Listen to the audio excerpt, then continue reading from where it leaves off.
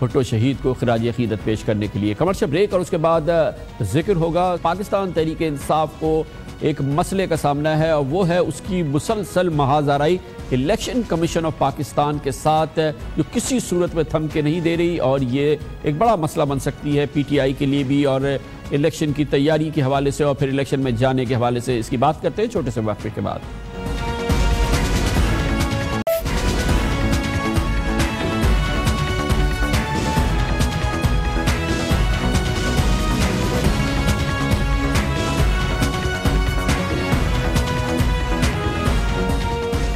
2018 سے پہلے الیکشن کے حوالے سے فیصلہ کن سال ہے، تیاریوں کا سال ہے، ہر طرف تیاریوں کی بات ہو رہی ہے، ہر سیاسی جماعت تیاری کر رہی ہے، لیکن پاکستان تحریک انصاف کے حوالے سے ایک مسئلہ ہے، اور وہ مسئلہ یہ ہے کہ اس کی الیکشن کمیشن آف پاکستان سے کئی معاملات پر بھرپور کشمکش جاری ہے، اور صورتحال یقینی طور پر کسی صورت میں بھی قابل اطمینان نہیں ہے۔ ایک جانب الیکشن کمیشن آف پاکستان ہے، دوسری جانب پاکستان تحریک انصاف ہے۔ کل ہی کی بات ہے جب فورن فنڈنگ کیس میں پی ٹی آئی کے وکیل انور منصور خان نے کہا کہ الیکشن کمیشن کوئی عدالت ہے، نہ ہی وہ براہ راست کسی سیاسی جماعت کے خلاف شکایت وصول کر سکتا ہے۔ اس موقع پر chief election commissioner justice retired Sardar Raza Khan نے انور منصور خان کو اس انٹباس کے حوالے سے کہا کہ دائرہ سماعت نہیں ہے تو پھر کیا ہم گالیاں سنتے رہیں؟ اختیارات نہیں تو پھر ہم انتخابات کیسے کرا سکتے ہیں؟ چیف الیکشن کمشنر نے تنزین کہا کہ الیکشن کمیشن کے پاس صرف آپ سے سوال پوچھنے کا شاید اختیار نہیں ہے، ہم ایکشن لینے کا سوچتے بھی ہیں تو آپ اسے چیلنج کر دیتے ہیں۔ ہفتے کو الیکشن کمیشن نے پی ٹی آئی میں 4 سال سے انٹرا پارٹی الیکشن نہ ہونے پر اس جماعت کو اس کا انتخابی نشان بلہ منسوخ کر دیا، جو یقینی طور پہ پاکستان تحریک انصاف کے لیے ایک بہت بڑا دھچکا ہے، مگر الیکشن کمیشن آف پاکستان نے کہا کہ کیونکہ تحریک انصاف نے پچھلے 4 سال سے اپنی جماعت میں الیکشن نہیں کرائے ہیں، اس لیے اس کا یہ جو نشان ہے بلے کا اس کو منسوخ کیا جا رہا ہے، اور یہ تحریک انصاف کے لیے مسئلہ ہے کیونکہ اب آئندہ چند ہفتوں میں چکوال، سانگڑ اور کوہستان میں صوبائی اسمبلی کے ضمنی الیکشن ہونے والے ہیں، اور اب پی ٹی آئی کے کینڈیڈیٹ ان الیکشن میں بلے کا انتخابی نشان نہیں لڑ سکیں گے، جو کہ یقینی طور پہ پی ٹی آئی کے لیے ایک سیٹ بیک بھی ہو سکتا ہے۔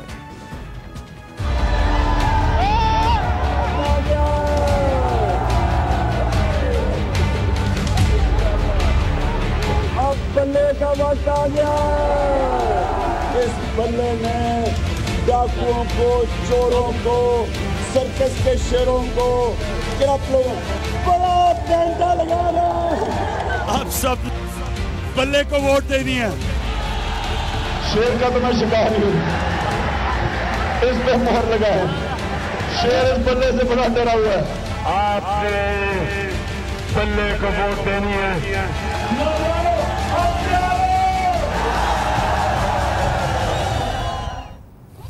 پی ٹی آئی اور الیکشن کمیشن آف پاکستان کے درمیان یہ شدید تنازعات کے پس منظر میں اب سے کوئی 2 ہفتے قبل ہمارے پروگرام میں تحریک انصاف کے سیکرٹری جنرل جناب جہانگیر خان ترین تشریف لائے تھے۔ ہم نے ان سے پوچھا تھا کہ الیکشن کمیشن اور پی ٹی آئی کے درمیان جو معاملات ہیں وہ سیاسی طور پہ عوامی سطح پر حل ہونے کے بجائے ایک دوسرے کے ساتھ بیٹھ کے اور مذاکراتی انداز میں اکراس دا ٹیبل بیٹھ کے ان مسئلوں کو کیوں نہیں حل کیا جا رہا۔ جناب جہانگیر خان ترین نے ہمارے اس پروگرام میں کہا تھا کہ اب تحریک انصاف یہی کرے گی اور الیکشن کمیشن آف پاکستان کے ساتھ اکراس دا ٹیبل بیٹھ کے ان مسئلوں کے حوالے سے اپنا نقطہ نظر پیش کرے گی۔ کامران بھائی، آپ کی آج اس پروگرام پہ میں کہہ رہا ہوں کہ ہم جو لسٹ آف ڈیمانڈ دیں گے، اس کے بعد اگر الیکشن کمیشن ہمارے ساتھ بیٹھے تو ہمیں بڑی خوشی ہوگی۔ ہم آمنے سامنے بیٹھ کے اپنی پوائنٹ آف ویو دیں گے، آرگیو کریں گے، ان کو لاجک سے سمجھائیں گے، اور اس کے بعد اگر پھر بھی انہوں نے نہ کیا، پھر ہمارا حق ہے تنقید کرنے کا، اور ہمارا حق ہے کہ ہم اس کو اگلی الیکشن کی خاطر ہم ان کے اوپر پریشر ڈالیں۔ کل الیکشن کمیشن نے عمران خان کو ضمنی الیکشن کی انتخابی مہم چلانے پر انتخابی ضابطے کی خلاف ورزی کا نوٹس بھی جاری کیا، اور کہا کہ رکن اسمبلی کی حیثیت سے وہ انتخابی مہم نہیں چلا سکتے، اور اس حوالے سے باقاعدہ پابندی ہے الیکشن کمیشن آف پاکستان کے قوانین کے تحت۔ پچھلے ماہ انتخابی اصلاحات کمیٹی کے اجلاس میں ایک بڑا تنازع پیدا ہوا تھا، جب پی ٹی آئی کی شیریں مزاری نے الیکشن کمیشن پر دھاندلی کا منصوبہ بنانے کا الزام لگایا تھا، جس پر سیکرٹری الیکشن کمیشن بابر یعقوب نے اجلاس کا بائیکاٹ کر دیا تھا، اور چیف الیکشن کمشنر جناب جسٹس ریٹائرڈ سردار رضا خان نے اسپیکر کو شکایتی خط بھی لکھا تھا، اور اس کے بعد سے حالات معمول پر آ کے نہیں دے رہے۔ الیکشن کمیشن آف پاکستان اور پاکستان تحریک انصاف کے درمیان جاری اس کشمکش پہ مزید بات کریں گے، اور اس کے لیے ہمیں جوائن کیا ہے پاکستان تحریک انصاف کے بانی اراکین میں سے ایک جناب ڈاکٹر عارف علوی نے۔ بہت بہت شکریہ ڈاکٹر صاحب۔ الیکشن کمیشن آف پاکستان کے ساتھ پی ٹی آئی کا یہ کشمکش، یہ تنازعہ، یہ جو ایک ان ایزی سچویشن ہے، بہت بھرپور طریقے سے چل رہی ہے۔ 2 ہفتے قبل جہانگیر خان ترین صاحب نے ہمارے اس پروگرام میں کہا تھا کہ اب اس حوالے سے آپ باقاعدہ الیکشن کمیشن کے پاس جائیں گے، اکراس دا ٹیبل بیٹھیں گے، اپنی ریزرویشنز پیش کریں گے، ان کی سنیں گے، اور اس کو کوشش کریں گے کہ ایک اس کا نیگوسیٹڈ اور ایک پرائیویٹ قسم کا اس کا ایک حل نکلے۔ اس حوالے سے کوئی ڈیولپمنٹ نہیں ہونی، کیونکہ حالات تو بگڑتے جا رہے ہیں الیکشن کمیشن آف پاکستان اور آپ کی پارٹی کے درمیان۔ دیکھیے، ہماری پارٹی نے سب سے پہلے دھاندلی کے اعتبار سے پروٹیسٹ بھی کیا، اور اس کے بعد جو کمیشن مقرر ہوا اس نے تقریباً 42 ایشوز نکالے، بہت ساری چیزوں کو پن پوائنٹ کیا۔ ایک آدمی کو الیکشن کمیشن نے سزا نہیں دی۔ میں جتنی ریفارمز کے متعلق بات کی گئی تھی، ہم الیکٹرل ریفارمز کمیشن میں کم سے کم 80 میٹنگز میں بیٹھ چکا ہوں۔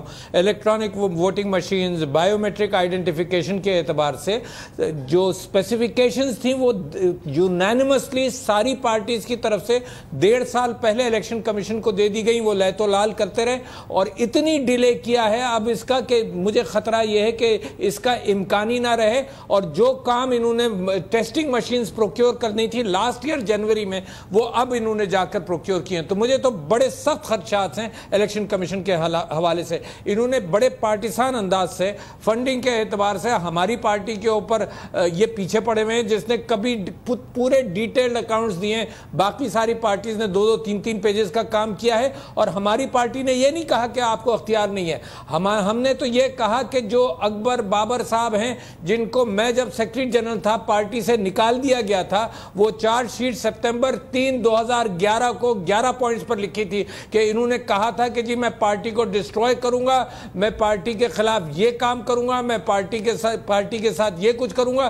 11 پوائنٹس پر ہم نے ان کو چارج شیٹ کر کے پارٹی سے نکال دیا۔ اب وہ نون لیگ کے ساتھ مل کر ہمارے پیچھے پڑے ہوئے ہیں۔ الیکشن کمیشن کیا اس کے تھرو نہیں دیکھ سکتا؟ یعنی ایف بی آر کا قانون ہے کہ 5 سال بعد آپ سارے ریکارڈز اپنے آپ کو کوئی چیلنج نہیں کر سکتا۔ ہمیں ایک پارٹی جو واحد ڈیپینڈنٹ ہے فنڈنگ کے اوپر، کوئی دوسری پارٹی عارف علوی صاحب، آپ کی گفتگو سنی، میرا سوال یہ تھا کہ across the table election commissioner کے ساتھ جسٹس ریٹائرڈ سردار رضا خان پر آپ کی جماعت سمیت سب کو اعتماد تھا، یہ بڑی معتبر شخصیت ہیں۔ اکراس دا ٹیبل بیٹھ کے، جیسے جہانگیر ترین صاحب نے بھی کہا تھا کہ ہم اکراس دا ٹیبل بیٹھیں گے اور یہ تمام گزارشات میڈیا کے بجائے، جلسوں کے بجائے اکراس دا ٹیبل بیٹھ کے اپنے مسائل حل کرنے کی کوشش کریں گے۔ نہیں ہوتا ہے، آپ کی تسلی نہیں ہوتی، پھر آپ اگلا قدم اٹھائیں نا، مگر ایک جو مہذب ایک طریقہ ہو سکتا ہے اس کو کیوں نہیں اپلائی کرتے آپ؟ بہرحال یہ الیکشن کا سال ہے، اب آگے چل کے جی فرمائیے۔ مہذب طریقہ ہم نے اپنایا، 80 میٹنگز ہم نے اٹینڈ کی ہیں الیکٹرل ریفارمز کی الیکشن کمیشن آف پاکستان کے ساتھ۔ کرٹیسزم وہ برداشت نہیں کر سکتے۔ ایسے الیکٹرل ریفارمز کے اندر اگر شری مزاری نے کوئی بات کہی تو میں نے تو نہیں کہی تھی، وہ غصے میں secretary election commission walk out کر کے چلا جائے اور الیکشن کمشنر جو ہے وہ ان کی طرف سے یہ کہیں کہ یہ بات غلط ہے۔ مجھے تعجب یہ ہوا کہ بریچ آف پریولیج سارے ایم این ایز اور سینیٹرز کا ہوا۔ ہم نے کہا بیٹھو بات کرو، یہ الیکشن کے اوپر دھاندلی کے اعتبار سے یہ جو بھی کمنٹس ہیں اس کے اعتبار سے جو ریزرویشنز ہیں ان کو ایڈریس کرو، مگر یہ confrontational attitude P T I کے ساتھ اپنایا گیا ہے۔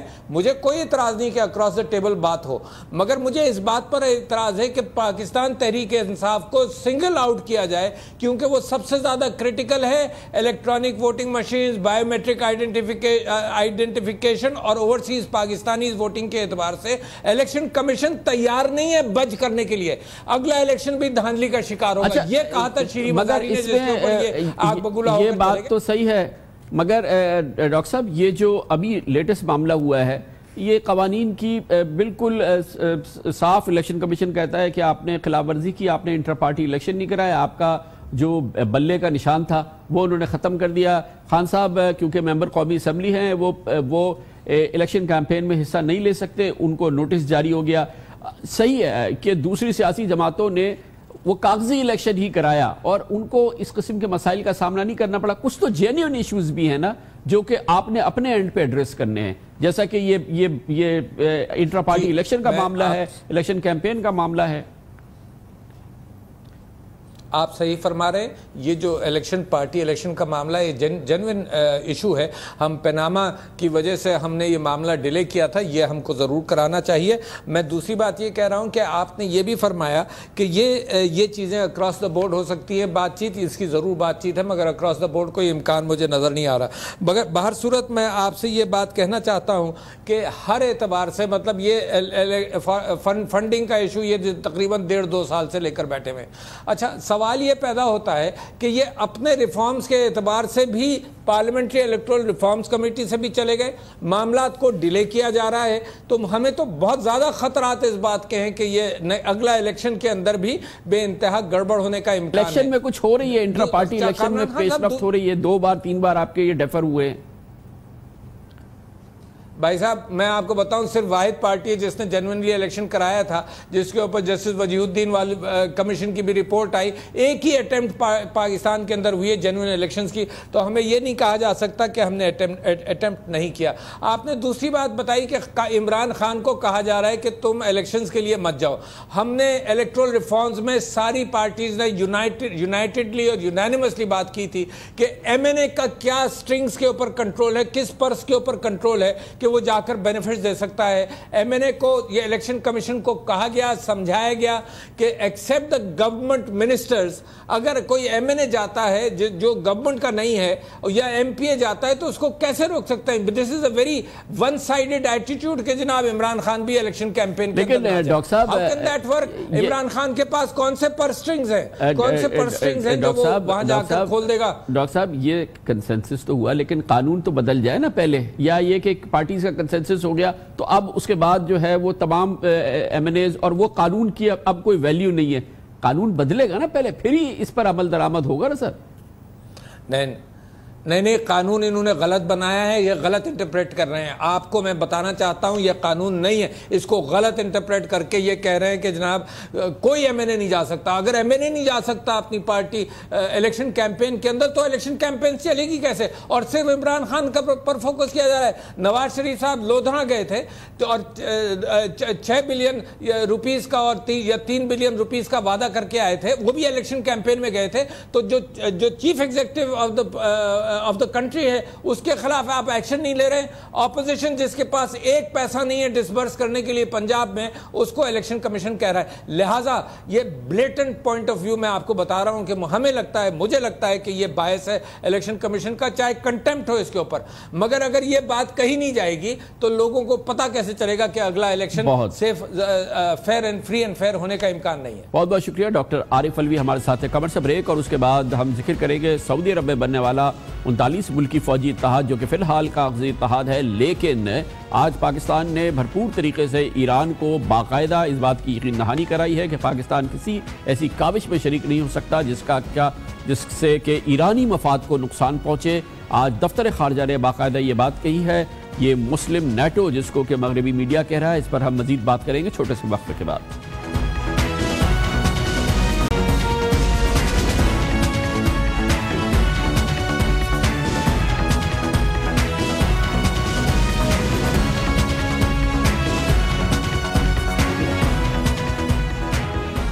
Welcome back. سعودی عرب کی سربراہی میں بننے والا 39 ملکی مسلم ممالک کا فوجی اتحاد, اس کا ذکر میڈیا میں بہت زیادہ ہے, لیکن اس کی فزیکل پریزنس یعنی کہ گراؤنڈ پہ ابھی اس حوالے سے اس کے قد و خال واضح نہیں ہے, اور اس حوالے سے کئی بنیادی سوالات ہیں جن کے جوابات ابھی تک موجود نہیں ہیں. نہیں پتہ ہے کہ یہ ہیڈ کوارٹرز اس میں کل کتنے فوجی ہوں گے, کیونکہ پاکستان نے کہہ دیا ہے کہ وہ اپنی ایک بریگیڈ تقریباً 3 سے 5 ہزار فوجی اس کے لیے بھیج رہے ہیں. یہ بھی نہیں پتہ کہ اس کا سرمایہ مکمل طور پہ کہاں سے آئے گا, اس کا چارٹر کہاں ہوگا, اور اس حوالے سے کئی اور بڑے بنیادی سوالات ہیں جو موجود نہیں ہیں. لیکن یہ فیصلہ بہرحال ہو گیا ہے کہ پاکستانی فوج کے سابق سربراہ جنرل راحیل شریف اس فوجی کمانڈ کی سربراہی کریں گے. اس حوالے سے مغربی میڈیا ہو یا کوئی اور میڈیا, اس میں سب سے بڑا خدشے کا جس کا اظہار کیا جا رہا ہے وہ یہ کہا جا رہا ہے کہ دراصل یہ ایک سنی فوجی اتحاد ہوگا اور اس کا رخ ہوگا ایران اور شام جیسے ممالک کی جانب. یہ پاکستان میں بڑا تشویش کا باعث ہے. پاکستان میں کئی حلقے اس حوالے سے بہت تشویش کا اظہار کر رہے ہیں کہ پاکستان اس رویے کا یا اس قسم کی اگر چارٹر ہے اس فوجی اتحاد کا، تو پاکستان کے قومی معاملات اور قومی جو مفادات ہیں وہ اس کے ساتھ کانفلکٹ کریں گے اور پاکستان کے لیے اچھا نہیں ہوگا. اسی چیز کو بار بار ایڈریس کرنے کی کوشش کی جا رہی ہے. آج دفتر خارجہ کی ترجمان تہمینہ جنجوعہ نے ایک پارلیمنٹ کی سب کمیٹی کو خاص طور پہ بتایا کہ پاکستان نے ایران کو بھرپور طریقے سے یقین دلایا ہے کہ اس فوجی اتحاد کے کسی بھی حوالے سے ایرانی مفادات سے اگر وہ ٹکرائے گا پاکستان اس کا حصہ نہیں ہوگا. پاکستان ایرانی مفادات کے خلاف کسی قسم کی کسی فوجی اتحاد کا حصہ بننے نہیں جا رہا ہے. مگر یہ معاملہ بہت ہی زیادہ سینسٹیو ہے اور اس پر ابھی بہرحال بہت کچھ ہونا باقی ہے. لیکن یہ فوجی اتحاد، اس کے خد و خال، سب سے اہم بات یہ ہے کہ اس کے نکات ابھی تک واضح نہیں ہیں. اس کی مزید معلومات حاصل کرتے ہیں اور اس کے لیے جائیں گے واشنگٹن، جہاں پر ہمارے ساتھ موجود ہیں سیکیورٹی افیئرز کے ایکسپرٹ جناب ڈاکٹر کامران بخاری. بہت بہت شکریہ ڈاکٹر صاحب. بتائیے گا کیا واشنگٹن میں کیا معلومات ہے اس فوجی اتحاد کے حوالے سے؟ مغرب میں تو میڈیا اس کو مسلم نیٹو وغیرہ کا نام دے رہا ہے. کیا جہاں آپ ہیں واشنگٹن میں، وہاں اس اتحاد کے بارے میں کیا کہا جا رہا ہے؟ دیکھیں، واشنگٹن کے اندر اس کو جو ہے زیادہ سیریسلی نہیں لیا جا رہا، اور اس کی وجہ یہ ہے کہ جیسے آپ نے فرمایا کہ اس کا بھی کچھ پتہ نہیں ہے یہ اتحاد ہے بھی یا نہیں، کتنے ملک ہیں. کہہ تو دیا گیا ہے کہ جی 39 ملک ہیں، پاکستان نے کہہ دیا ہے کہ جی ہم ایک بریگیڈ بھیجیں گے، لیکن یہ کوئی سیریس انیشیٹو نہیں نظر آتا فی الحال. اور اگر صرف پاکستان نے ایک بریگیڈ ابھی بھیجنے کی بات کی ہے اور کسی اور نے کچھ نہیں کہا، ترکی نے یہ بات کچھ مہینے پہلے پچھلے سال جو ہے یہ واضح کی تھی کہ وہ اس اتحاد سے جو ہے دور رہنا چاہتے ہیں، اور وہ اپنی جگہ حق پہ جانب بھی ہیں. ترکی اپنے آپ کو علاقے کا جو ہے نا اپنا سربراہ سمجھتا ہے. یہ بڑی دلچسپ بات ہے. کہا یہ جا رہا ہے کہ اس اتحاد کا سب سے بڑا تعلق ہے اس جنگ سے جو کہ یمن میں لڑی جا رہی ہے، جہاں پر جو ایک بڑا جو جنگ کی وجہ ہے اس میں کہا جاتا ہے کہ ایک جو بڑا جو حربی گروپ ہے اس کو سپورٹ ہے ایران کی. اس حوالے سے ہمارا یہ کہنا کہ ہم ایران کے مفادات کے خلاف متصادم نہیں ہوں گے، ہم سعودی عرب کے مفادات کی حفاظت بھی کریں گے. سعودی عرب کا پوسچر ہے جو بھی ایران کے ساتھ اس کے تعلقات ہیں، پاکستان بہت ہی جو پالیسی ہوگی پاکستان کی، اور خاص طور پہ جنرل راحیل شریف اور پھر پاکستان کی یہ بریگیڈ، یہ ایک بہت ٹائٹ روپ پہ واک نہیں کر رہے ہوں گے. یہ walking on a very tight روپ. وہاں سعودی عرب میں پوری سچویشن نہیں ہوگی.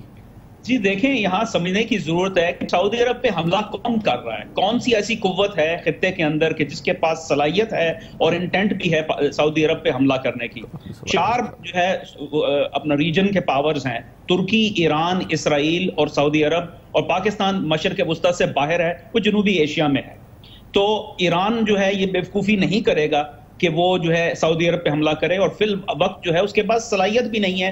وہ اس قدر عراق اور سیریا کے اندر پھنسا ہوا ہے، وہاں پر داعش کے خلاف جو کارروائی چل رہی ہے وہاں پہ وہ اس کا ایک ڈیفینسو پوسچر ہے.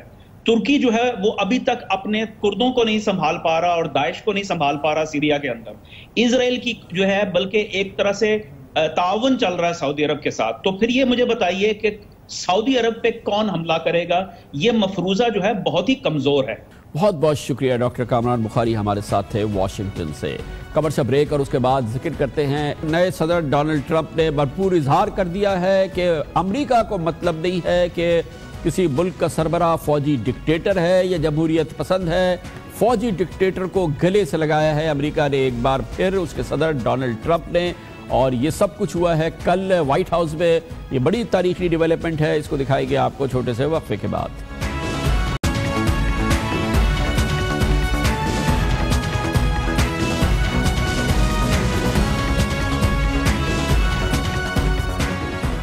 ایسا لگتا ہے کہ امریکہ کی حالیہ سالوں کی ایک پالیسی میں بڑا تغیر آیا ہے، جیسے کہ پورے امریکہ میں تغیر آیا ہے ڈونلڈ ٹرمپ کے امریکی صدر بننے کے بعد. اور اسی سے یہ واضح ہوئی ہے بات کہ اب امریکہ میں ایک بار پھر فوجی مطلق العنان حکمرانوں کو گلے لگانے کا دور لوٹ آیا ہے. یہ نئی بات نہیں ہے امریکی پالیسی کے لحاظ سے، لیکن پچھلے 8 سال میں امریکہ کے صدر باراک اوباما نے ان معاملات پر احتیاط سے کام لیا تھا، لیکن وہ تمام احتیاط اور وہ تمام پالیسی کل ریزہ ریزہ ہو گئی جب ڈونلڈ ٹرمپ نے باقاعدہ مصر کے مطلق العنان فوجی حکمران جنرل عبدالفتاح السیسی کو واشنگٹن میں دعوت دی، وائٹ ہاؤس میں ان کو مدعو کیا، ان کی زبردست تعریف کی اور ان کے انسانی حقوق کے پامالی کے تمام ریکارڈ توڑ دیے۔ یہ بھول گئے کہ انہوں نے ایک منتخب حکمراں کو، منتخب حکومت کو پامال کیا، اس کو تختہ دار پہ تک پہنچایا، ہزاروں لوگوں کو پہنچایا، اور اس حکومت کا انہوں نے بالکل ملیا میٹ کر کے رکھ دیا، جمہوریت کو مصر میں ملیا میٹ کر کے رکھ دیا۔ لیکن ڈونلڈ ٹرمپ کو اس سے کوئی فرق نہیں پڑتا۔ کل عبدالفتاح سیسی کو انہوں نے عملاً اپنے وائٹ ہاؤس میں نہ صرف بلایا بلکہ ان کے لیے جو الفاظ استعمال کیے وہ دیکھنے سے تعلق رکھتے ہیں۔ اس پورے ماحول پر ہم آپ کو دکھاتے ہیں خصوصی report. I, Donald John Trump, do solemnly swear. امریکہ میں جب سے ڈونلڈ ٹرمپ نے صدارت کا منصب سنبھالا ہے، دنیا ان کی فیصلہ سازی کی صلاحیت سے کبھی محظوظ، کبھی پریشان اور کبھی تو بالکل حیران ہی رہ جاتی ہے۔ We are very much behind President al-Sisi. He's done a fantastic job in a very difficult situation.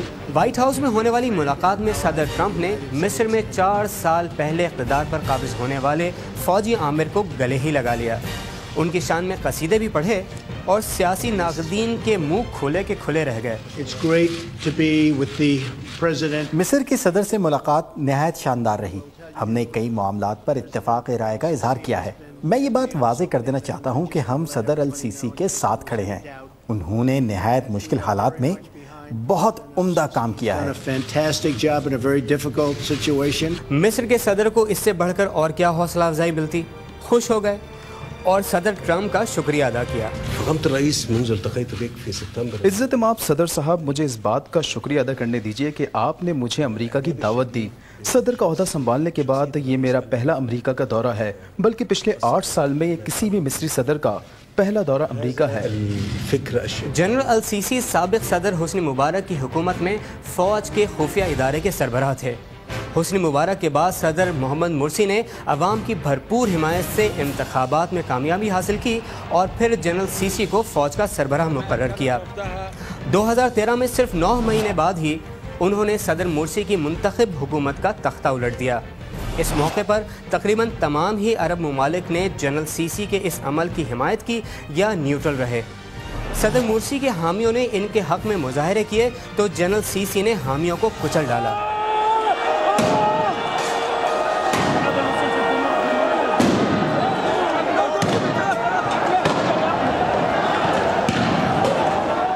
اس فوجی کریک ڈاؤن میں 800 کے قریب لوگ مارے گئے، 2000 سے زائد زخمی ہوئے اور بڑے پیمانے پر گرفتاریاں ہوئیں اور کئی کو موت کی سزائیں سنا دی گئیں۔